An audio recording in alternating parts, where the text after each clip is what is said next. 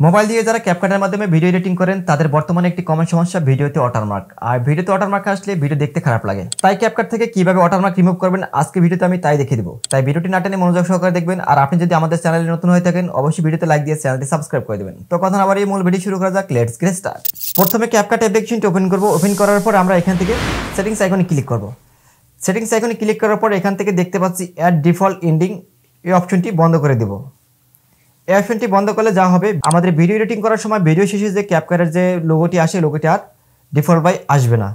তো এখান থেকে আমি ব্যাগে যাব। ব্যাগে যাওয়ার পর এখান থেকে নিউ প্রজেক্ট ওপেন করব। নিউ প্রজেক্ট ওপেন করে একটি ভিডিও আপলোড করে দিব।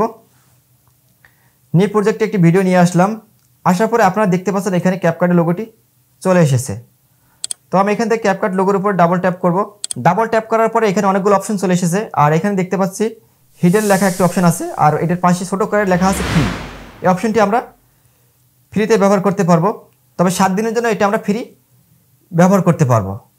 তো এখান থেকে যদি এখন ব্যাগে যাই তাহলে আমরা দেখতে পাবো আমাদের ভিডিওর উপরে ওয়াটারমার্ক এখন আর নেই। তো এইভাবে করে আমরা ওয়াটারমার্কটি 7 দিন পর্যন্ত ফ্রিতে হিডেন করে রাখতে পারবো। 7 দিন ওভার হয়ে গেলে তখন আবার ওয়াটারমার্কটি এখানে দেখতে পাবো। 7 দিন পরে যখন ওয়াটারমার্কটি যখন আপনাদের কাছে এইভাবে আবার শো করবে তখন আপনারা একটি কাজ করবেন। তো আপনারা আপনাদের মোবাইল থেকে সেটিংসে যাবেন। আমি আমার মোবাইল থেকে সেটিংসে যাচ্ছি। যার পরে অ্যাপসে যাবেন। অ্যাপসে যাওয়ার পরে এখান থেকে ক্যাপকাটটি খুঁজে বের করবেন। ক্যাপকাট খুঁজে নিলাম, ক্যাপকাটটি ওপেন করবেন। ক্যাপকাটে ওপেন করার পর এখান থেকে স্টোরেজে যাবেন। স্টোরেজে যাওয়ার পর এখান থেকে ক্লিয়ার ডাটা করে দেবেন। ডাটা ক্লিয়ার করে দেওয়ার পর অ্যাপসটি আবার ওপেন করবেন। ওপেন করার পর সেমভাবে একই কাজ করে আপনারা 7 দিন পর্যন্ত এইভাবে ফ্রি ব্যবহার করতে পারবেন। আবার 7 দিন ওভার হয়ে গেলে আপনারা ডাটা ক্লিয়ার করে আবার একইভাবে আপনারা এটি প্রসেস করবেন। সো গাইস, আজকে ভিডিওটা এই পর্যন্তই। ভিডিওটি ভালো লাগলে অবশ্যই লাইক কমেন্ট শেয়ার দেবেন।